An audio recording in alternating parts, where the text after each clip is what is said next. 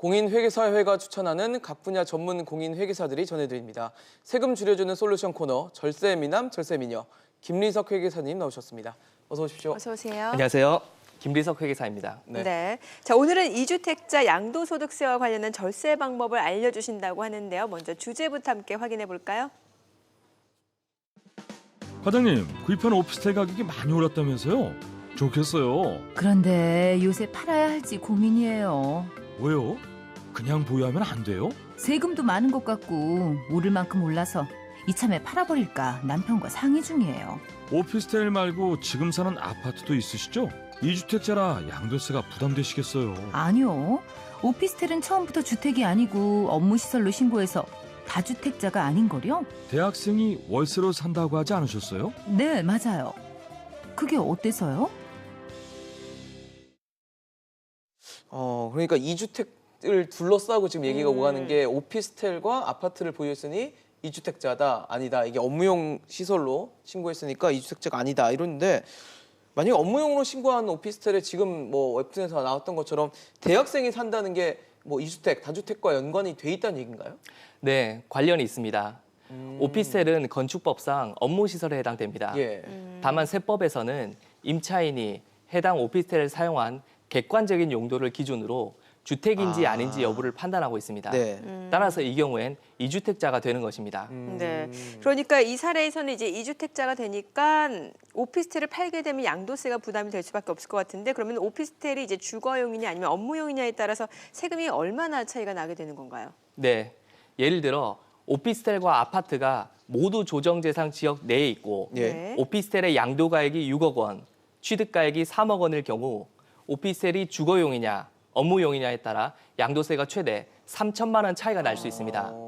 이는 업무용이라면 기본세율 38%를 적용받지만 예. 주거용이라면 2주택자로 보아 48%의 세율을 적용받기 때문입니다.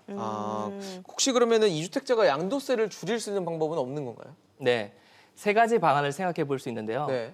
첫째, 양도 차익이 적은 주택부터 파시는 게 유리합니다. 네. 그래야 나중에 양도 차익이 큰 주택이 남았을 때 1세대 1주택 비과세 혜택을 적용받을 수 있습니다. 네. 둘째, 주택임대사업자로 등록하여 거주주택에 대한 비과세를 적용받을 수 있습니다.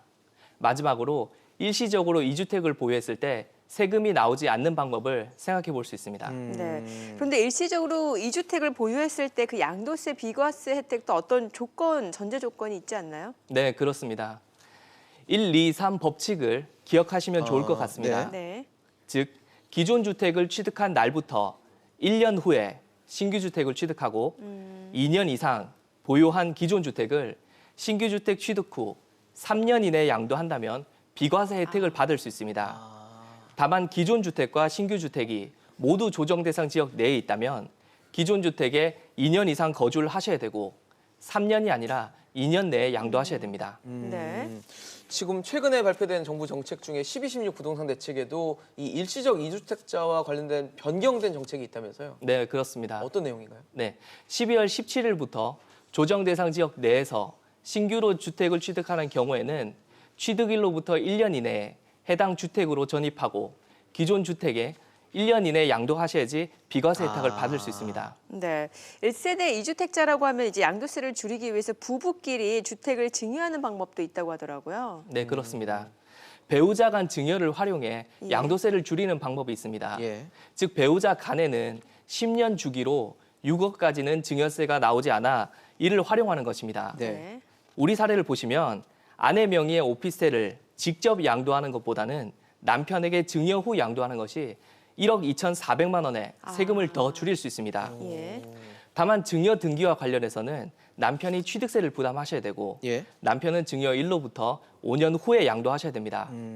만약 남편이 증여일로부터 5년 이내에 양도한다면 증여했을 때의 금액이 아닌 당초 아내가 취득한 금액으로 양도세가 계산되니 주의하시길 바랍니다. 네. 사실 지금까지는 이제 양도세에 대해서 좀 집중적으로 설명을 해주셨는데 사실 뭐 중요한 세금 중에는 취득세도 있지 않습니까? 네, 취득세 같은 경우는 이 주거용과 업무용에 따라서 차이가 있는 건가요?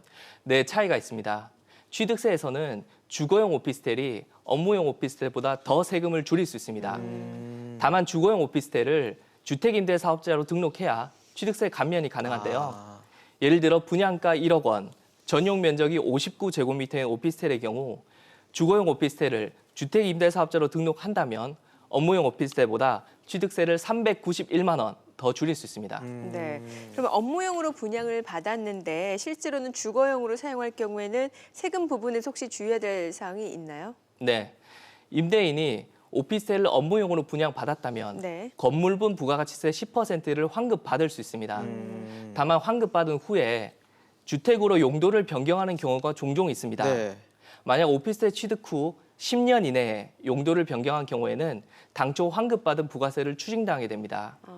예를 들어 업무용 오피스텔을 2년 후에 주거용으로 변경했다면 당초 환급받은 부가세 1,000만 원 중 800만 원을 추징당하게 됩니다. 네. 마지막으로 좀 여쭤보겠습니다. 1세대 2주택자 절세 전략 좀 정리를 해주시죠. 네, 첫째, 오피스텔을 보유하신 경우 임차인이 주거용으로 사용한다면 이는 주택에 해당되기 때문에 보유주택수에 포함하셔야 됩니다. 네.